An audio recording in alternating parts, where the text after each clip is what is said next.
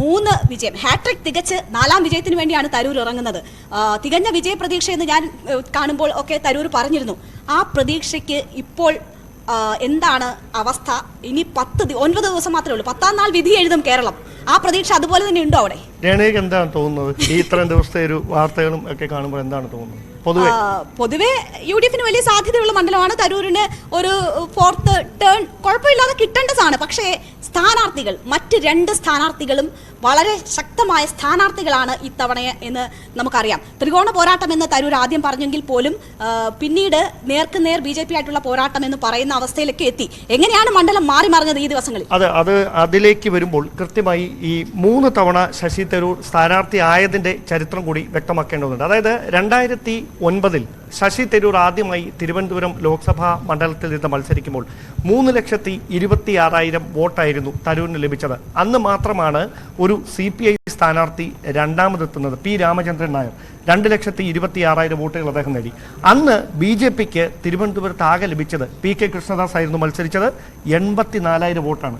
അവിടെ നിന്ന് ഒരു അത്ഭുതം, അവിശ്വസനീയമായ ഒരു അത്ഭുതം വോട്ട് വിഹിതത്തിന്റെ കാര്യത്തിൽ BJPക്ക് സംഭവിക്കുന്നതാണ് 2014 കണ്ടത്. അന്ന് ഏതാണ്ട് 2014 2,97,000 വോട്ടുകൾ ശശി തരൂർ നേടിയപ്പോൾ രാജഗോപാൽ 84,000 നിന്ന് രാജഗോപാലിന്റെ വോട്ട് വിഹിതം വർദ്ധിച്ച് 2,82,000 പിന്നീട് 2000 ഏറ്റവും ടൈറ്റ് മത്സരമായിരുന്നു. തീർച്ചയായിട്ടും 2019 എത്തുമ്പോൾ അത് 4,16,000 തരൂരിന്റെ വോട്ട് വിഹിതം വർദ്ധിക്കുന്നു. 3,16,000 കുമ്മനം രാജശേഖരന്റെ വോട്ട് ഭൂരിപക്ഷം ഏതാണ്ട് 1,00,000 അധികം ആകുന്നു. അപ്പോൾ ഒരു കാര്യം അവിടെ ഉറപ്പാണ്, ആരുടെയോ വോട്ട് UDFന് ലഭിച്ചിട്ടുണ്ട്. അത് പരസ്യമായ രഹസ്യമാണ്. ഏതാണ് അത്?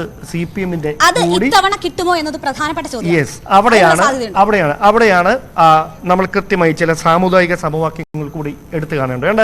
65% ഹിന്ദു സമുദായത്തിന് സ്വാധീനമുള്ള ഒരു മേഖലയാണ് തിരുവനന്തപുരം ലോക്സഭാ മണ്ഡലം. 25% ക്രൈസ്തവ ന്യൂനപക്ഷങ്ങൾ. ഈ 65% വരുന്ന ഹിന്ദു സമുദായത്തിന്റെ വോട്ട് BJPയിലേക്കും UDFിലേക്കുമായി ഭിന്നിക്കപ്പെടുന്ന ഒരു സാഹചര്യം വരും. സ്വാഭാവികമായി എല്ലാ തെരഞ്ഞെടുപ്പുകളിലെയും പോലെ ഇത്തവണത്തെ തെരഞ്ഞെടുപ്പിലും ഈ ക്രൈസ്തവ ന്യൂനപക്ഷങ്ങൾ 25% വരുന്ന ക്രൈസ്തവ ന്യൂനപക്ഷങ്ങളുടെ വോട്ട് ആർക്കായിരിക്കും? അവരായിരിക്കും തീർച്ചയായും വിജയം നിർണ്ണയിക്കുന്നത്. എന്റെ പ്രധാന എതിരാളി BJP ആണ് എന്ന് തരൂർ പറയുന്നിടത്ത് ആ വോട്ടുകൾ എവിടേക്ക് പോകാനാണ് സാധ്യത? അപ്പോൾ തരൂർ അത് പറഞ്ഞത് ചില ലക്ഷ്യങ്ങളോട് കൂടിയായിരിക്കും. ഇതാണ് സാഹചര്യമെന്ന് വോട്ടർമാരെ ബോധ്യപ്പെടുത്താനായിരിക്കും. പക്ഷേ അങ്ങനെയാണ് ഫൈറ്റ് എന്നൊരു പൊതുചിത്രം മണ്ഡലത്തിലുണ്ടോ?